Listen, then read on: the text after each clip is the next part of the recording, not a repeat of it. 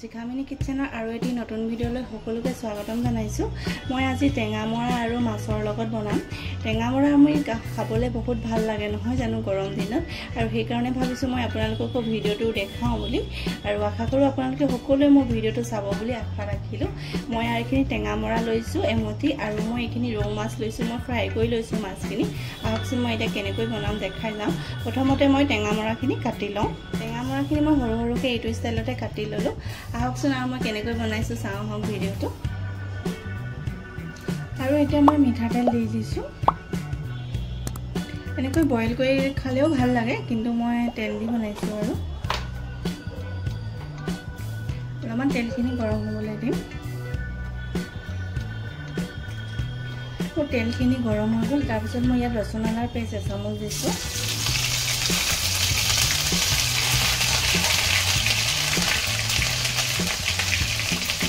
আৰু মই এটা পিঁয়াজ কাটি লৈছো, পিঁয়াজটো দি দিছো। মই একদম চিম্পল পদ্ধতিৰে বনাম। মই পিঁয়াজখিনি অলপমান ভাজি ললো, হৈ গ'ল। এতিয়া মই ইয়াতে হালধি দি দিছো আধা চামুচ, ধনিয়া দিছো এচামুচ, আৰু এইখিনি মোৰ মিট মছলা এচামুচ দি দিছো।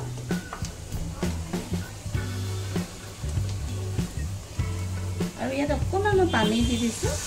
পানী দি দিলে মানে মছলাখিনি অলপ গলি নাযাব, সেইটো কাৰণে অলপমান পানী অকণমান দি দিলে মছলাখিনি সিজালে ভাল হয়।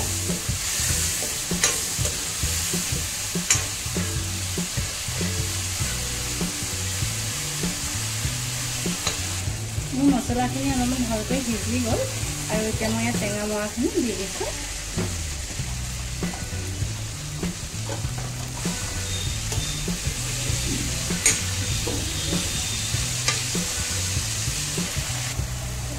আৰু এতিয়া মই নিমখ দি দিছোঁ আধা চামুচ। আপোনালোকে জোখৰ মতে দিব লাগিব, আৰু হাতখিনি চাই মই নিমখখিনি জোখৰ মতে দিছোঁ।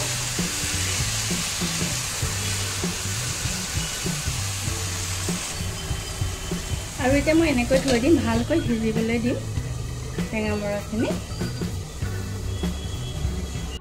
মোৰ এতিয়া টেঙামৰাখিনি ধুনীয়াকৈ সিজি গ'ল। এতিয়া মই ইয়াত মাছখিনি ফ্ৰাই কৰি থৈ দিয়া মাছখিনি দি দিছোঁ।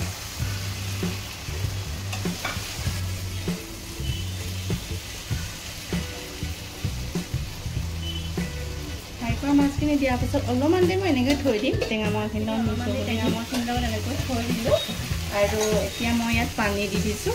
পানী আপোনালোকে জোখৰ মতে দিব, মই অলপমান বেছি নিদিওঁ আৰু পানীখিনি।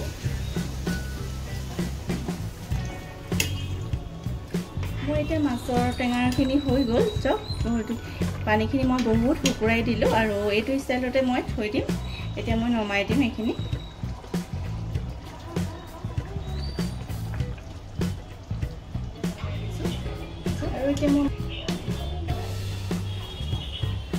আৰু আপোনালোকে বাৰু এনেকৈ বনাইছেনে কেতিয়াবা?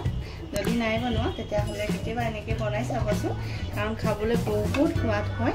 আৰু যিহেতু আমি বিলাহীৰ লগত মাছ দি খাইছোঁৱে নহয় জানো, আৰু টেঙামৰাৰ লগতো এনেকৈ কেতিয়াবা খাই চাব। আৰু যদি আপোনালোকে মোৰ ভিডিঅ'টো ভাল পালে তেতিয়াহ'লে প্লিজ কমেণ্ট কৰিবলৈ কিন্তু নাপাহৰিব।